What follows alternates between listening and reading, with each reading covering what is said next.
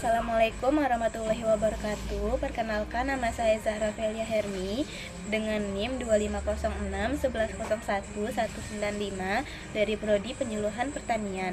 Tujuan saya membuat video ini adalah untuk mempresentasikan materi dari mata kuliah Sosiologi Pedesaan dan Pertanian mengenai struktur sosial dan stratifikasi masyarakat.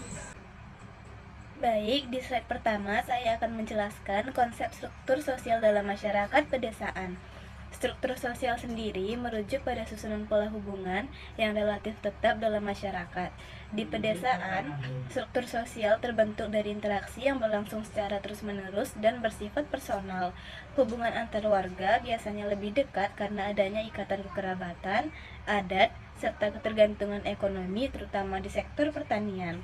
Struktur sosial ini menentukan siapa yang menempati posisi tertentu, siapa yang menjalankan peran tertentu, dan bagaimana norma sosial mengatur interaksi. Dengan demikian, masyarakat desa memiliki sistem sosial yang terorganisir, bukan sekedar kumpulan individu. Baik, selanjutnya saya akan menjelaskan tentang bentuk-bentuk stratifikasi sosial pedesaan.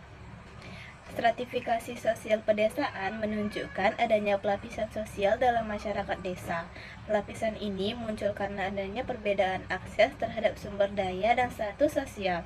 Salah satu bentuk utama adalah kepemilikan lahan, di mana individu yang memiliki lahan luas cenderung menempati posisi sosial lebih tinggi dibandingkan mereka yang tidak memiliki lahan.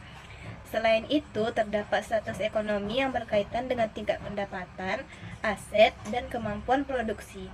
Masyarakat dengan ekonomi lebih baik biasanya memiliki pengaruh sosial yang lebih besar. Kekuasaan juga menjadi dasar stratifikasi, terutama bagi mereka yang memegang jabatan formal maupun informal, seperti kepala desa atau tokoh adat. Terakhir, peran sosial turut menentukan posisi seseorang, misalnya sebagai pemimpin kelompok tani atau elit lokal. Stratifikasi ini menunjukkan meskipun desa sering dianggap homogen, ternyata terdapat perbedaan sosial yang cukup signifikan. Baik, di slide yang ketiga saya akan menjelaskan lapisan sosial petani. Dalam struktur agraria desa, petani tidak berada dalam posisi yang sama. Secara umum, terdapat beberapa lapisan sosial utama. Pemilik lahan berada pada posisi relatif lebih tinggi karena memiliki kontrol atas alat produksi utama, yaitu tanah. Mereka memiliki keleluasaan dalam menentukan sistem produksi serta seringkali memiliki pengaruh sosial ekonomi lebih besar.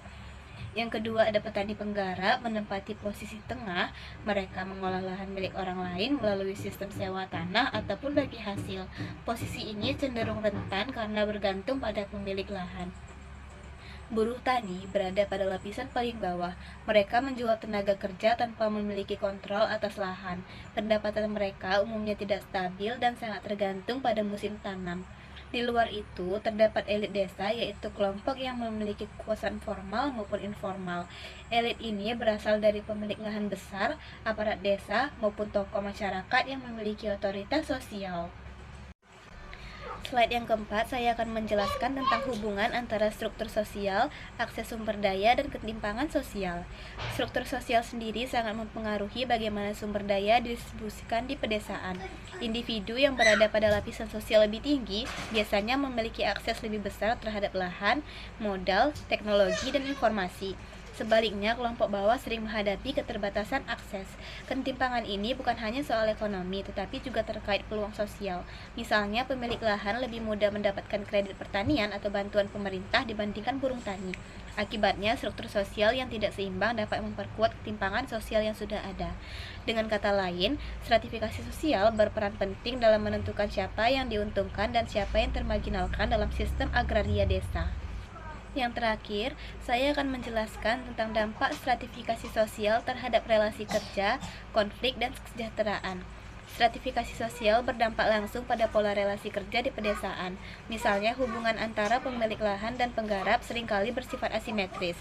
Ketimpangan posisi dapat mempengaruhi sistem upah, bagi hasil, maupun keamanan kerja.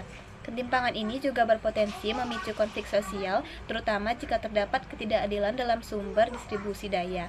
Konflik agraria, sengketa lahan, hingga ketegangan antara kelompok sosial seringkali berakar pada perbedaan kepentingan ekonomi. Dari sisi kesejahteraan, Stratifikasi sosial menciptakan variasi kondisi hidup masyarakat desa. Kelompok atas cenderung menikmati stabilitas ekonomi, sementara kelompok bawah menghadapi resiko kemiskinan dan kerentanan yang lebih besar. Mungkin itu saja yang dapat saya sampaikan. Mohon maaf apabila ada kekurangan dalam penyampaian atau ada salah kata. Saya mohon maaf. Saya tutup dengan mengucapkan Assalamualaikum warahmatullahi wabarakatuh.